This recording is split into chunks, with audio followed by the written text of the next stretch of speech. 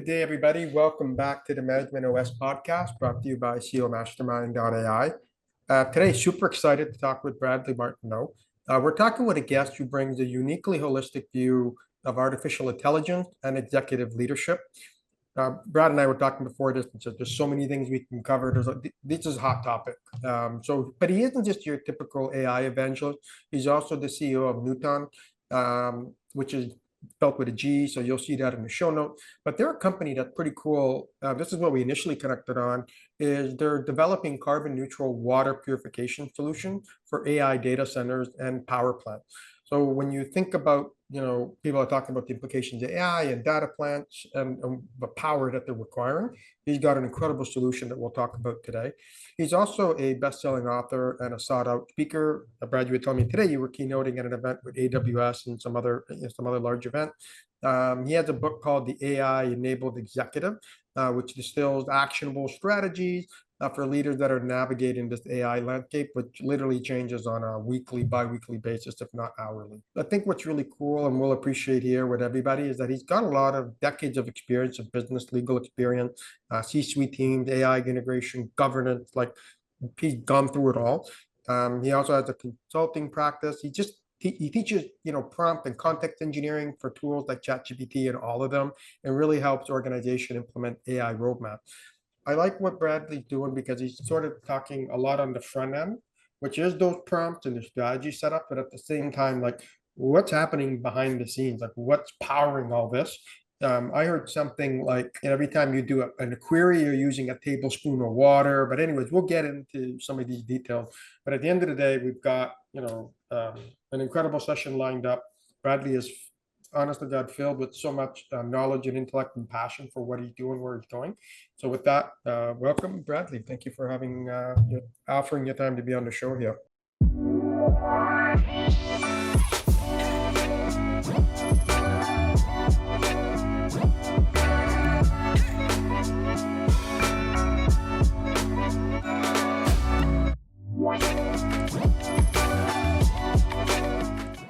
Thank you so much for having me. It's my pleasure to be on the show and get to chat a little bit about AI and what we're doing on Newton. Yeah, so quickly, can we, obviously you wear a few hats. You're the CEO of Newton, again, carbon neutral purification system, best-selling author, and with your book, The AI Enabled Executive.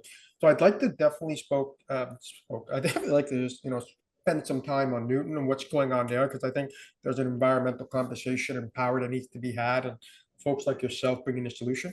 But let's talk a little bit about the AI enabled executive, what people what are the things that people should know? Tell us about your journey in writing that book and how that sort of fits in with business sustainability and also global sustainability, if you will. Well, the mission and the major theme that comes through the book AI Enabled Executive that I wrote here about 6 months ago is pretty simple, and that is executive leaders today need to keep an open mind, and they should not be scared and reluctant to explore AI. In the past, when we've heard of AI, you thought you had to be a data scientist or an IT specialist before you could even dive into it. Now with the development of ChatGPT and these business platforms, that a lot of the folks that are much smarter than I am that have put these together, they make it very easy. They make it very easy, so easy that you can just speak plain English to it and get the results that you need. But at the end of the day, it's been a huge win for companies that are integrating it responsibly and properly through the governance structures that they need to put in, and that takes a little time. But once you do that, the benefits and the efficiencies and the real-time information that can be gathered from these tools really make leaders in the workplace a lot smarter and it can be a lot more reactive or proactive rather than reactive. Sure. I see, to your point around sort of tools, there's a lot of, fear, oh, the world's going to end, 90% of the middle class will get wiped out. And these are the same things that happened when the printing press happened, when the Industrial Revolution, farming, 90% of the population just 100 years ago was involved in farming. Like, I don't know anybody that's involved in farming now. So I think we're on the precipice of a huge change, and I think what I encourage executives is I always call it the human AI sandwich, which I think will be the case. You sort of have a human that's got some education, some understanding. I've got something I want to do, some problem I want to fix in the world, whether you're executive or founder. You then use AI, right? You use AI to accelerate your ideas, simplify it, structure it, and then you use a human, the person, to structure it. So I think the future that I see is sort of a top-heavy human infrastructure supported by sort of robot or agentic AIs to accelerate the productivity. And then there'll probably be other people that might just oversee and do QH. It's anybody's guess where this will go. I guess to your point, the main point would be all about ensuring it's human-led, which I believe, and used AI as tools, which is what it is. It's technology, just like the printing press, just like anything else that we see in engineering and mechanical engineers, industrial engineering. And then you just use a human to verify it. So I call that the human AI sandwich. Are you finding, I still find a lot of fear out there, but a little less in the last little while, but I find that it ebb and flows. In your conversations, is there fear still at the forefront, or like what do you experience being on the sort of the front lines of what you're doing? Yes, I'm still seeing at least reluctance, but definitely fear on a couple points. Still on the point that they think it may be too technical for them to understand. Uh-huh. Also on the fear of it may cost me my job. I think if you're a hard worker and you're a good worker, there's always going to be a job. These jobs are just kind of shifting and molding into a new position. Yes, it's going to replace some of the more repetitive, mundane, task-oriented jobs, but that's going to free up useful resources to be able to now be in a more meaningful and strategic role. Also, one of the most fascinating stats I just read the other day, that even though there were 40,000 jobs this past month replaced by AI, supposedly, there was also 1,000 millionaires created from AI new startup businesses. So it's really created Mm. an opportunity for folks that have an entrepreneurial spirit to be at the forefront and at the cusp of something that we've never seen, at least in our lifetime. And a lot of experts out there say this is bigger than anything that's since the splitting of the atom. So yes, I'm still seeing a little bit of fear on that side. And then on the environmental side, there are those that are reading the headlines that these AI data centers, where every ChatGPT search, whether it's a few teaspoons of water up to 16 ounces, there's mixed studies out there, and that the experts, I'll let them argue that out. I do know from Newton that it's a lot of water, whether it's through the cooling loops or whether it's on the cogen side of the power plants. There's a lot of water being used to Yeah. enable these data centers to grow as they are, as the chips become more powerful and they become and they use so much heat. So that's the challenge that they are facing. But we have the solution, and that's what I'm really excited to talk a little bit about. Yeah, let's dive into that. I mean, I've got some AI questions in governance and all this other area, but Of I want to course, make yeah. sure that we do not run out of time to talk about your solution in Newton, because I think for me, all the fears and all the worries when we chatted last a few weeks ago, like I'm like, oh my God, this is incredible. It's kind of like we connected over the podcast I had with Troy and his environment engineering thing that they're doing. And I thought, oh my God, this is the message everybody needs to hear. So let's park the strategic applications and the fears and all those sorts of things for now. And yeah, dive us right into Newton and what's going on and how people can get engaged and help. And yeah, let's get into it. Well, thank you, thank you. I mean, and this is where my passion really lies, and certainly I love talking about responsible and strategic governance when it comes to integrating AI, because it is such a valuable tool. And I will before we shift and maybe get back to that is say that any executive or leader out there really should keep an open mind and make sure that you're exploring it. One of the couple of very wise leaders out there, including a former IBM chief executive officer, said it's not going to replace your job in the near future, but you might get replaced by somebody that is using AI and knows how to use it. Mhm. So that's my word of cautionary tale. But on Yeah. the infrastructure side, the headlines are definitely getting bombastic, and rightfully so, that they're out there saying these data centers are consuming a large amount of electricity. I'm sure people all over North America are seeing their electric bills going up in a very rapid pace, in large part due to crypto mining, EV vehicles, and also now data centers that are going online. But in response to that, these data centers and power companies are building a large number of new power plants to try to offset. So that's not the consumer grid that's being taken. We're taking from, because then in a sense the consumer is subsidizing these large data centers by having to pay a large, higher price, for their personal use. The other major, so I think that's being answered just through the natural capitalistic market, and that all these power plants are being built. But the fear is the amount of water that it's taking to make sure that the power structure is in place, to make sure the cooling loops have what they need. Just for example, down in Texas, the $500 billion Abilene Stargate project, it's going to have 4 different sources of energy. It's going to have nuclear modular energy. It's going to have solar. It's going to have wind, and it's also going to have the gas turbines. And that's where our technology comes in. We're able to utilize the existing structure that's already at place in gas turbine powered AI data centers or power plants in general, and take the exhaust out of the air instead of it being exhausted through the stacks. And we take the heat from that to then boil the water and purify it up to 5 times cleaner than tap water. Essentially, it's distilled. Most technologies, whether it's desalination, reverse osmosis, they're all electricity based. And our founder, who's a former NASA rocket scientist and one of the smartest gentlemen I've ever met, he's figured out a way over the years, and he's been in this business now for 18 years, to do it on a very efficient essentially maintenance free, because they're using these gas turbines, which are 1 shaft down the middle, and they run for 15 years without even be overhauled, and cheap, because these infrastructures are in place already, providing a purpose for that, and that is the electricity. Well, the exhaust is being wasted, and we're capturing that and putting it to good use. And by putting it to good use, we're able to not only purify and kind of close the loop out at these gas power plants and AI data centers, but we're able to also take in third-party wastewater.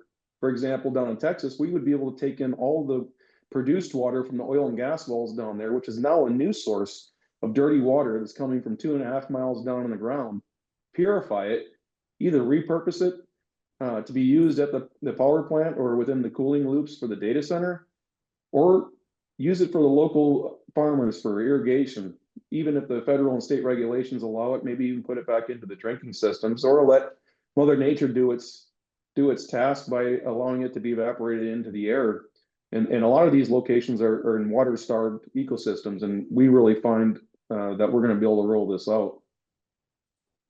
Our secondary model, in fact, it was our first model when we got into this about a year ago, was putting smaller gas turbines locally at each oil and gas well site out there.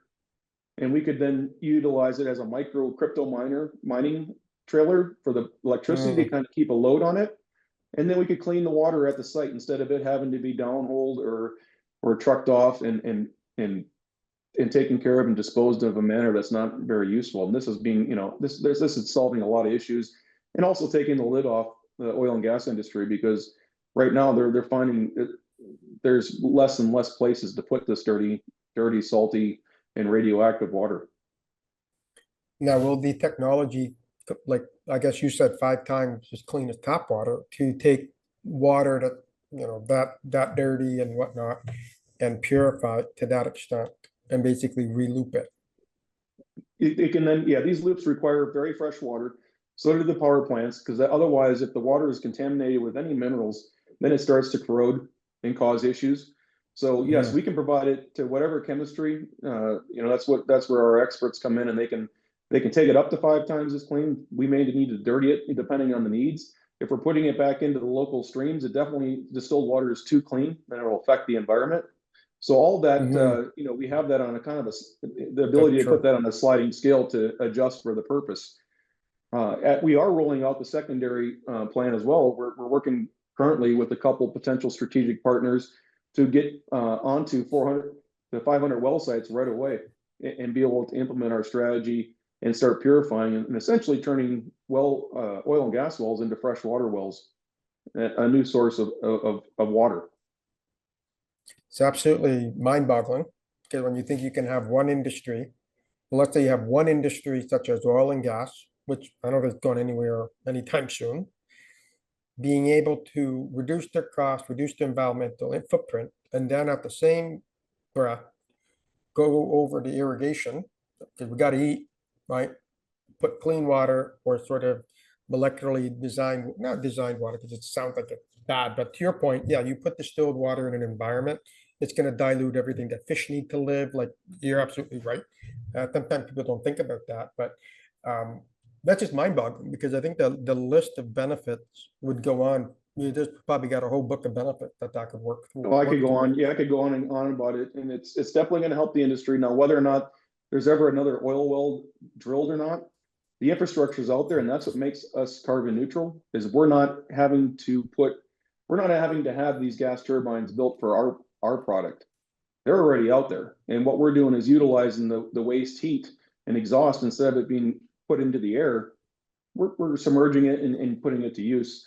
And it's powerful. It does allow the industry to be a little more sustainable. It's an economical, because they're one of the biggest costs for the oil and gas operators is treating and taking care of this water. If it's not the largest, it's the second largest cost, ongoing cost. And when a well becomes 20, 30 years old, it actually produces more water, dirty water, than it did in the beginning. So even though they're called oil and gas wells, I like to call them dirty water wells, because that's what they really are. For every barrel of oil, it's producing 4 to 6 barrels of dirty water from 2.5 miles down in the earth. Yeah, it's I think what I love about this and the technology is the whole climate change. I mean, that discussion can go a myriad of ways. My philosophy is there are natural patterns in the earth, in our systems, and the earth has been designed by whomever we might believe. It's a highly complex ecosystem that's been around way longer than we have. I also believe there's no way that the things that we're doing is having zero impact. That just makes no logical sense at all. And people argue we're killing it, we're not killing it. That's not the point. I think what I love about your solution is that's just the right thing to be doing. You've got a solution that is responsible, economical, it cleans the water, it's inherently more sustainable. The world goes between all these political agendas, and this had nothing to do with that. This is just simply smart, right? It's just simply the right thing to do for business. It's the right thing to do for the environment. And it allows that longevity and just reduces the impact. We absolutely need businesses to drive the GDP, to give people jobs so that they can invest and, live in their homes, raise their families, and not worry about their grandkid having to walk around with oxygen tanks on their back, right? Like, at one point, that was some of the stuff that was being talked about in the 70s and 80s, right? And yet technology cleaned up cars and carburetors, like Volvo, for example. The exhaust that comes, the water that drips from the exhaust is one or two filtration steps away from being drinkable water, which is basically the environment can handle the rest of it. Like, it's pretty interesting how over time we come up with solutions such as this, because somebody cared, hey, there's a footprint happening here. How much it is, I don't know, but hey, there's something good here, and voila, neutron's born. It's absolutely mind blowing. It really is. And our founder, Tom Joseph, is a brilliant mind, and his initial mission, and so is our whole executive team is to be able to provide drinkable water for the third world countries, because about a third of the population in the globe right now has drinking dirty water. And if you go overseas and you find in these very remote locations where electricity is scarce, or the monetary value to get what it takes, there a lot of these countries over in the Middle East, for example, are having to use desalination techniques just to clean ocean water. It's very inefficient, it's very expensive, and with electricity prices going up, it's only getting worse. Whereas they have a lot of oil wells drilled over there too, and again, these gas turbines can be utilized, and they're building gas turbine power plants for these data centers. We can piggyback on that and provide a solution. Tom's drinking water solution has now just made it to the second round of the Google X Prize too. He's a one of 50 finalists, and that is our mission, to try to provide clean drinking water. And he was just up in Ottawa last week, sharing his idea with all the folks that are in the final. And we're happy to be in that discussion. We're happy to be in that mix. We feel like it's our fiduciary duty to provide it, to utilize the infrastructures that have already been determined and built before we got here, and are continuing to be built, because there's such a rush to get a solution that is right now. Nuclear is definitely the Sure. future. Hydrogen is definitely the future. That's around the corner. But until they can get their hands on that to massively scale it in a responsible manner, we have to deal with the energy sources that we have. And now Yeah. we're able to make it a little less impactful and actually extremely beneficial on the freshwater side. I think you're right. It'll take decades to evolve. It's taken us decades to build what we've got now. And it'll take decades to evolve, to your point, to sort of nuclear. I've seen things like nuclear eggs, nuclear egg technology, these sorts of things, but that will take time, cost. You need scale to get it down, so on and so forth. And I think in the meantime, you got solutions like this, and the ability to impact third worlds or other places where there are, deep resources. We can really sort of feed back to the folks that live in that area that don't have to worry about dirty water, get malaria, it just gets clean. So that, I forgot you had mentioned that perk, and that is also another huge social impact that it's just responsible, right? And I think that's critical. Yeah, and it just feels good to be able to hopefully make a difference. If I can leave this world cleaner, especially when it comes down to one of our most critical resources, if not the critical most resource, that is water, which is the lifeblood of everything. That really makes it feel like I finally found what our mission and purpose is here on the Yeah. that I've been preparing for all my life. It's amazing. You used a key word that I deeply resonate is this concept of fiduciary. So as business leaders and executives and founders and whatnot, there's this unquestionably there's a fiduciary responsibility, especially if you're public, but it should be no matter how big or small you are. You have a fiduciary responsibility to your P&L. That's true. But I believe, with the management OS framework, strategy, structure, people, we have as much fiduciary responsibility to people and the impact around people. That involves health, that involves environment, health, all those sorts of aspects. And, I think this type of conversation around responsible AI usage, implementation, and then thinking about, okay, how does this power it?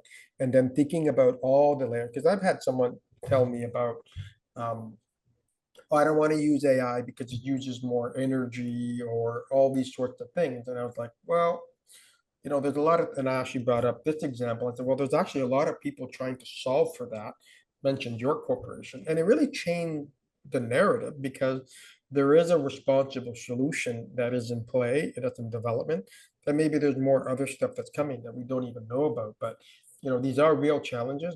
But I don't know who said it, one of these philosophers, I don't know, Newton, maybe it might have actually been Newton, but man basically solves every problem that he or she looks to solve. So if you have a problem, you actually put your mind to it. We tend to solve the problems that we actually want to solve, right? If we think about it, it's kind of true. If you actually want to solve it, you put, whether you want to or not is a whole other debate. There's all sorts of areas that we haven't solved, but maybe that's because there isn't the will or resources there. So really appreciate the technology that Tom Joseph and you guys have built and kind of spreading throughout the world. Well, and the other thing I would add on to the energy usage, and I hear it too, is in fact one of the points I was really sharing with these manufacturers is AI is extremely good right now. Is one of its pros versus the cons, and obviously the con is it's using a lot of electricity. But until these power plants get put online and they offset that, and even when they are all online and we have more than enough abundance energy for it, AI is extremely good at working in businesses, especially manufacturing companies, where it can analyze how machinery is being used. What is the peak time? What are the loads? What are the ideal loads? And how can we Mhm. save money by optimizing that in real time and automatically without human oversight? And that's 24/7. Companies are Yeah. seeing a 20% saving just in their energy bills by implementing AI just to oversee their energy usage. So that's also being embedded. Ironically, AI is consuming it on the back end and the infrastructure, but it's also being used in the utility sense. A lot of water companies are using AI. A lot of electric companies, a lot of solar Sure. companies. You can go right down the line to optimize how they're being used, so that we are getting the biggest bang for the buck and not overspending when we can avoid it. Yeah, I think that's a really smart use case because I think what people forget is that, mankind or humankind, if you will, is continually growing, right? More people, there's more demand, there's shift of, economies and whatnot. But all at the same time, there's these technologies that are at the end of the day truly pushing us forward, right? So yes, you're going to have moments where it might be inefficient, but just examples like what you talked about, you have something like an AI technology that can make a business 20% more efficient in perpetuity. Like it'll literally optimize like in calculus. The problems that we have, if you will, or a challenge we might have environmental water usage as it relates to these data centers, that is not a perpetuity problem, I believe. I believe with That's right. solutions like this, it flips it the other way around where it'll potentially be neutral or manageable. Like, for example, a lot of people think I used to work for Clorox and I used to think that bleach is bad. All that bleach is electrocuted salt water. That's all that it is. And so it doesn't smell good. But what they don't know is that, when there's a natural disaster, the first thing that they use there is bleach. So bleach is a man-made substance that has saved more lives than any other medical intervention, bar none. And it's even been used to save like frogs in rainforest and that sort of thing. The reason being is it's electrocuted, natural. So as soon as it interacts, 97% breaks down into salt and water, and the other 3%, the environment, the sewer system, completely handle it without impact. So I think we're at that stage now too, where even though people think bleach is bad, but we actually look down at the science, it's actually not.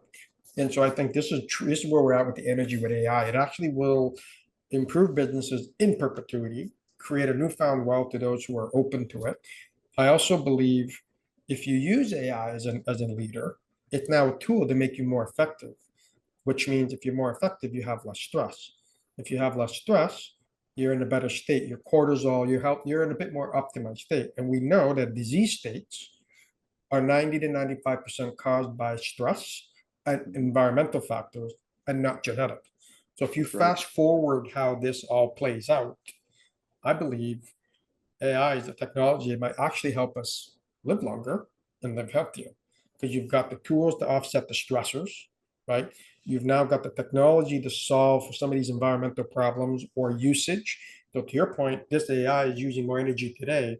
You take it across tens and hundreds of thousands of businesses, let's say over the next 5 years, that all of a sudden become 20% more efficient on their electricity usage.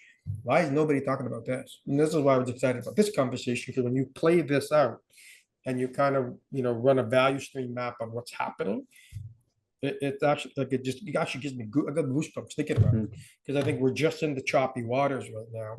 But before you know it, like you said, there's going to be more millionaires. There's going to be less stressed people that use it, and that's I think to your point, it's about don't ignore this thing. This is the greatest. There's no better time to be alive. Yes, there's a lot of global chaos, there's wars, there's all sorts of crazy things going on, but we'll get through those things. And I think humankind, will truly leapfrog.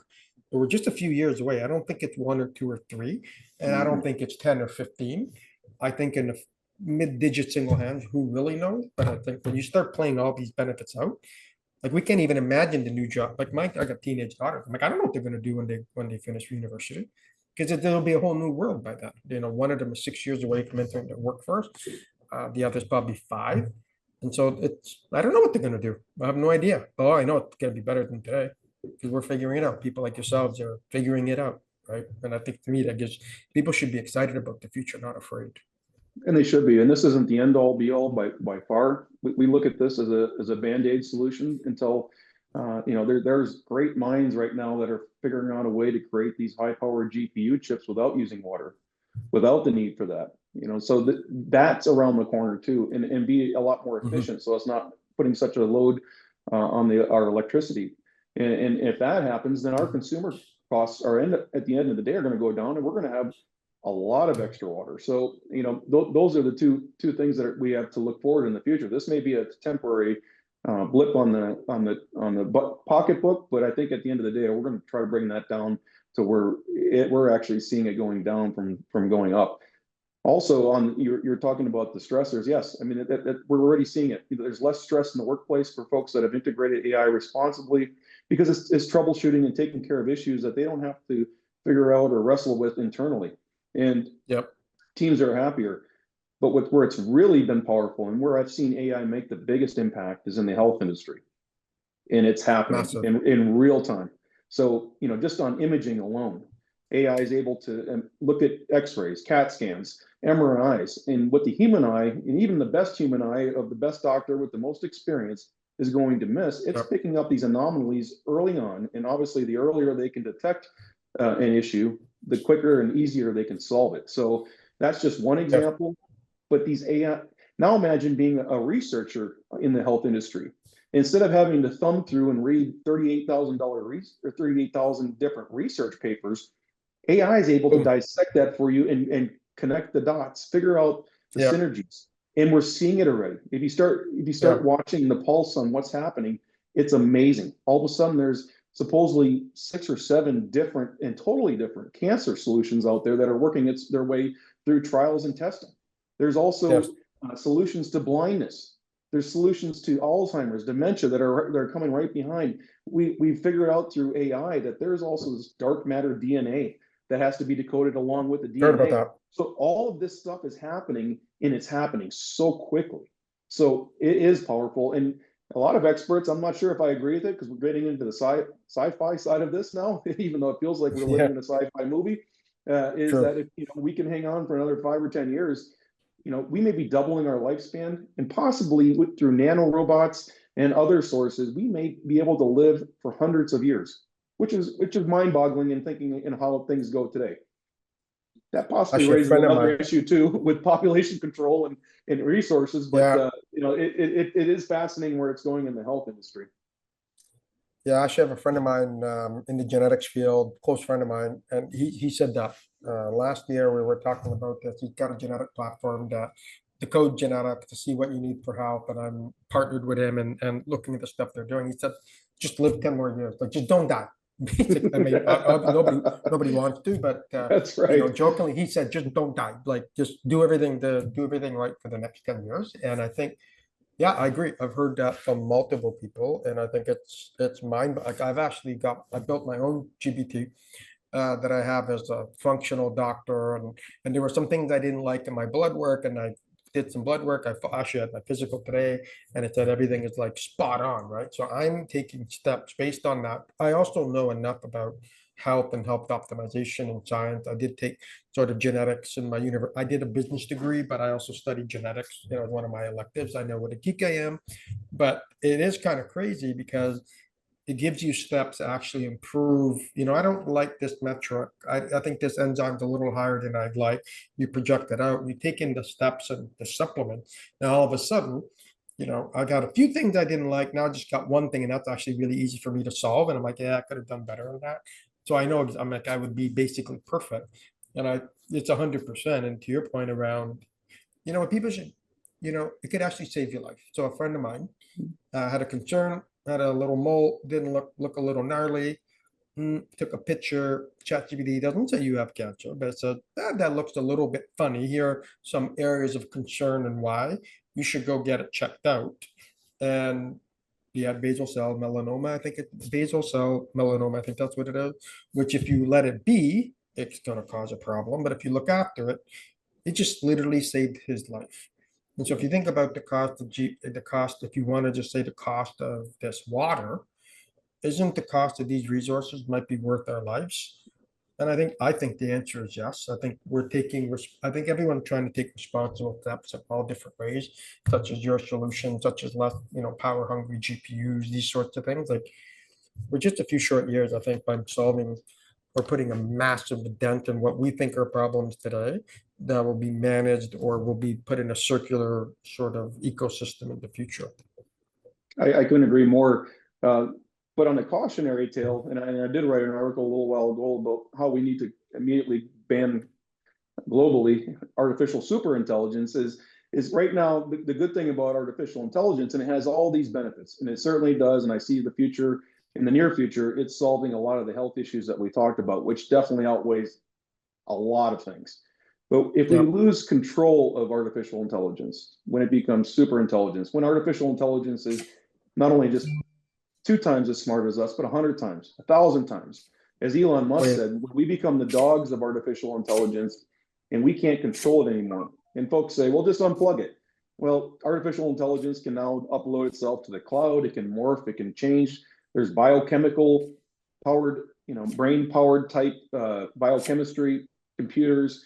So it is changing, and it's going to change so quickly when you think about it. If you have AI that's 1,000 times smarter than the best PhD out there, there's possibilities and scenarios that we can't even right now. If that gets in the wrong hands, just the one person's wrong hands, and it's not controllable, and they want to do bad with that, or AI itself wants to end humanity, or be a detriment to us, as we know life today. And we've already seen signs of it, as AI has been reluctant in certain different models to be deleted, and it's tried to copy itself. Anthropic had it, their model tried to blackmail one of their engineers. So you're seeing signs of it already. It gets a little scary. So how do we assure ourselves? Sam Altman, I like what he's saying, is if we have fire to fight fire, and that is if we have the tools on the other side that are just as powerful, then we can fight back. I agree.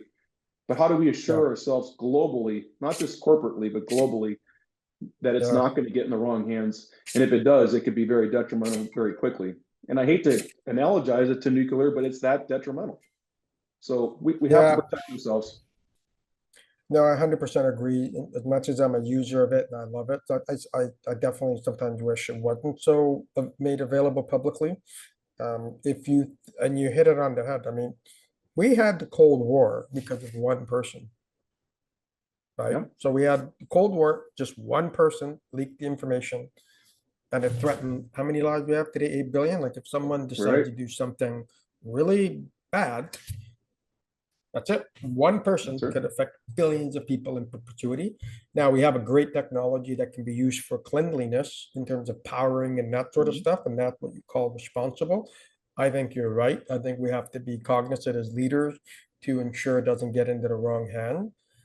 I don't have an answer to that. This is where I have to rely on, government. I'm not a huge fan of government meddling and sorts of things, but I don't know. I know there's, a lot of AI consortiums and the big companies coming together, and I don't know what the solution is, but I do agree, even like all the AI things I use, I set it to private, like I do all of those things and just pray that it actually is. I do believe that it is, but like with all due respect, but I won't use DeepSeek for all the reasons that might be obvious on that one. So sure, it might be better. Sure, it might be cheaper, but I'm not sure what's going on behind the scenes. So that kind of keeps me a bit at ease, not at ease, at caution, right? And so I think you're right. There is something to be responsible.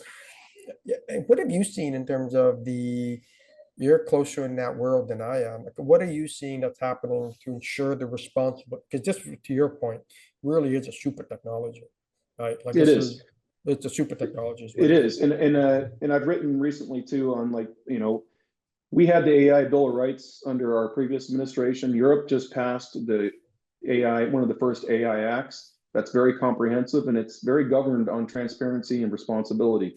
And I think that should be a great model for the rest of the world. China's calling for the same thing. Right now, we're in the development stages here in the United States. So recently, the US passed this new action plan that is very pro infrastructure building. And I think we might be kicking the can down the road, thinking that we'll deal with the responsibility of it later on. But in my opinion, it's advancing so quickly that we need to address it as we go and make sure that we don't get too far in front of ourselves and it's too late. And I hope that the leaders, and they are, and I think the folks in the tech companies are seeing this. I know for a fact Sam Altman's talked about it and has been a very big proponent of it. And I appreciate that, because he needs to lead the charge along with the other leaders out there in the major companies and say, look, we need to make sure this is done responsibly. And we need to make sure that, yes, for all the benefits that's going to happen, that we don't have one major harm that's going to really offset all of that. And in fact, we would have been better off without it altogether if we didn't let it go down that. The other interesting thing, as these computers get more and more powerful, we're around the corner here, and some are saying maybe 3 to 5 years to quantum computing. So when you get into quantum computing now, that changes the financial industry big time, because if you have a quantum computer that power is in the hands of the wrong person or the wrong company or the wrong country, it can pretty much break just about every encrypted password that we have today in a matter of 90 seconds. So we have to be prepared to fight fire with fire is kind of my stance. So as all of these technologies grow, companies need to be also beefing up their security. Governments need to be cognizant of this to make sure that it's not getting in the wrong hands and that governmental securities are also protected. Because clearly, as Yeah, we talked about absolutely. you mentioned the Cold War, it could happen again if it was a digital, offset. So Yeah, there's so many we're in different it. scenarios. Yeah, you could play it out in a different, different movie type format of how it could all go. But with that being said, I think awareness is the key, and the more of us that are aware and can bring awareness to that, then we open that dialogue and discussion as to how we can make sure that it doesn't, get in the wrong hands. It doesn't develop in a way that's going to be potentially harmful. I agree. And I think in September of 2022, so if you go to trendhunter.com, there are researchers, now they're using AI, but, and I can even share with you, and maybe I'll find a way to put it in the show notes of the download, but they showed a presentation. This is before AI became available to the public in November of 2022. And what they said was they plotted the rate of change in mankind, like when we had fire, so on and so forth. So at the end of 2022, we were exiting the rate of change where it was every 5 years. The rate of change, like advancement was at every 5 years. At the beginning of 2023, we were entering where things change every 3 years, and that was before AI. So the whole chart kind of showed the rate of change in society and technology went from thousands of years to hundreds of years to single years. And now, what I think, to your point, I should see if I can research if they plotted that recently because I went to their conference. The rate of change is probably in potentially weeks. And Right. I think to your point, when you talk about quantum computing and singularity and sort of all these concepts that are really quite difficult for I've studied some of this stuff and I still can't wrap my head around it. And so even if you have some awareness of what quantum mechanics and computing and singularity and all those two aren't related, but what that means, it's not that far away. It's got to happen. So I think it's to your point, the awareness needs to keep pace with the rate of change. And that basically you got to be on guard 24/7, really, I would agree. in a positive way, right? So, Absolutely. And for your viewers that don't know, singularity is the point of when AI becomes as smart, if not as smart as the smartest human. So, and a lot of folks are saying that's months away, not years any longer. So, yeah, we could be, heading down that path a lot quicker. And I would even argue that we're growing so exponentially quickly. Just you and I sitting here today, talking to each other, kind of closed out from the world for 45 minutes. There's probably new AI technologies that have come out that are going to be announced that weren't there when we first started having this yeah, podcast. It's yeah, happening that quick. And it when you can is. Yeah. ask AI to create a solution for almost just about any problem, when you can have it create through vibe coding, just talking plain English to it, any kind of app that took computer programmers and data scientists years to develop in a matter of Yeah, 15, 20 minutes, it's amazing what can be done. it's truly out of this world. There's a website that, and I don't know how comprehensive it is, but it's constantly being updated. To your point that you just made now, called futuretools.io. And futuretools.io is basically an aggregator of all these technologies. Although what's also happening is I think when cars were started, I think there were thousands of manufacturers. I saw this presentation from my friend Ryan Dice, and he was showing all like when any of these new technologies come, starts out with thousands of competitors, thousands of car makers, the whole 9 yards, down to a few. So if we stretch what used to happen over 30, 40 years, I think what will happen now in the next few years is there's probably going to be these super players that will have this sort of super technology. For example, we were using a technology here in our company, and I got a notice from the CEO and founder yesterday saying, "Hey, we're discontinuing it. We couldn't get the funding because they just got outbeat by someone else." And I'm like, "These are AI people doing AI things, and they're getting beat and couldn't get the funding to continue." And so I think what you're seeing, and even I like using AppSumo. I'm starting to see a lot of new things come to market, but then they also kind of fall down quickly because just you're not paying attention or you're so myopic and not leveraging it responsibly, it'll take you down. And so I do feel bad for SaaS companies and developers, because you might have this dream of this, unicorn exit. And the next thing you know, 3 months in, you can't get funding because you just got beat by Google that bought something. And like, who knows? Yeah, it's Yeah. a crazy competitive market when they're signing Yankee style contracts for the best players out there to make sure that they have the solution before anybody else does. It's extremely Mhm. competitive and extremely moving and unpredictable.